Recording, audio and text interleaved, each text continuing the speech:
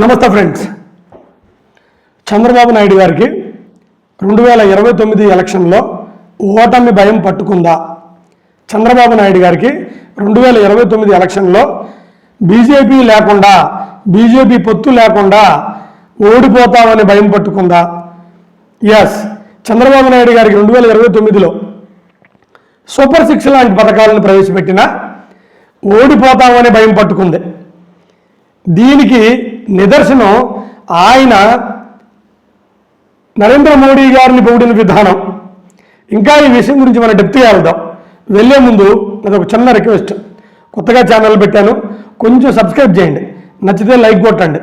ఇందులో only pure politics news మాత్రమే పెడతాను. నమస్తే ఫ్రెండ్స్. మ్యాటర్లోకి వద్దాం. చంద్రబాబు నాయుడు గారు ఈ మధ్య ఎప్పుడు ఛాన్స్ దొరికినా నరేంద్ర మోడీ గారిని ఆకాశానికి ఎత్తేస్తున్నారు.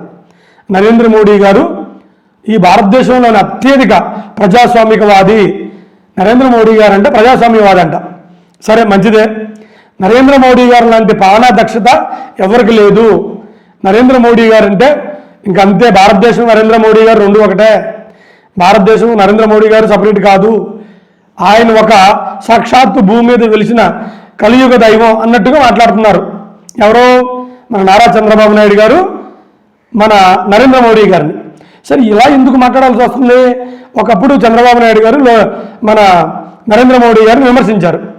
ఏంటి, నేను ఆయనకంటే సీనియర్, ఆయన ఏముందా అన్నట్టుగా. సరే, ఆయన వదిలేద్దాం. ఇలా ఎందుకు పొగుడుతున్నారంటే దానికి రీజన్ ఒకటి. ఇన్ని పథకాలు పెట్టినా ప్రజల మనసు రేపు ఎలా మారిద్దో డౌట్. ప్రజలు ఎలాంటి వాళ్ళు అంటే జగన్మోహన్ రెడ్డి గారిని ఓడించి 11 సీట్లు ఇచ్చారు. అందుకని ప్రజలతో మామూలుగా ఉండదు. మరి అలాంటప్పుడు మనం ఏం చేయాలి?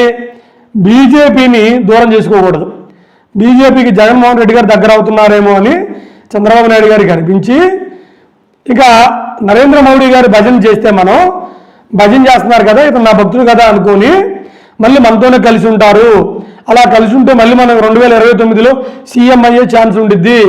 అలా లేకపోతే మనం ఓడిపోతాం అని ఆ భయం ఆయనకు పట్టుకుంది. ఆ మాటకు వస్తే చంద్రబాబు నాయుడు గారు పిలిచిన ఏదో ఒక పార్టీతో పొత్తు ఉండిద్ది ఆయనకి. సో అది కూడా ఆయనకి తెలుసు. అందుకని ఆయనకి భయం పట్టుకుంది.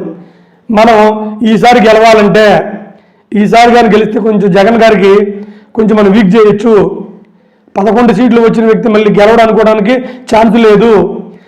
ఏమైనప్పటికీ మనం బీజేపీలో నరేంద్ర మోడీ గారి హావా కొనసాగుతుంది కాబట్టి, పైగా దేశంలో కూడా ఆయన కొంచెం పాపులారిటీ ఉంది కాబట్టి మనం ఆయన కొంచెం భజన చేద్దాం, ఆయన మీద కీర్తనలు రాద్దాం అని చంద్రబాబు నాయుడు గారు స్టార్ట్ చేశారు.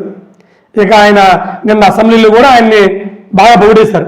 సరే, ఏమైనప్పటికీ రేపు 29 ఎలక్షన్లో ఎవరు గెలుస్తారు, ఎవరు ఓడతారు అనేది మనం చెప్పలేం. రేపు నవంబర్, అక్టోబర్లో జరిగే ఎలక్షన్స్ ఉన్నాయి బీహార్లో.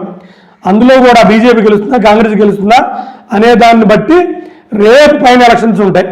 ఏమైనప్పటికీ చంద్రబాబు నాయుడు గారికి భయం పట్టుకున్న మాట మాత్రం నిజం. నమస్తే ఫ్రెండ్స్.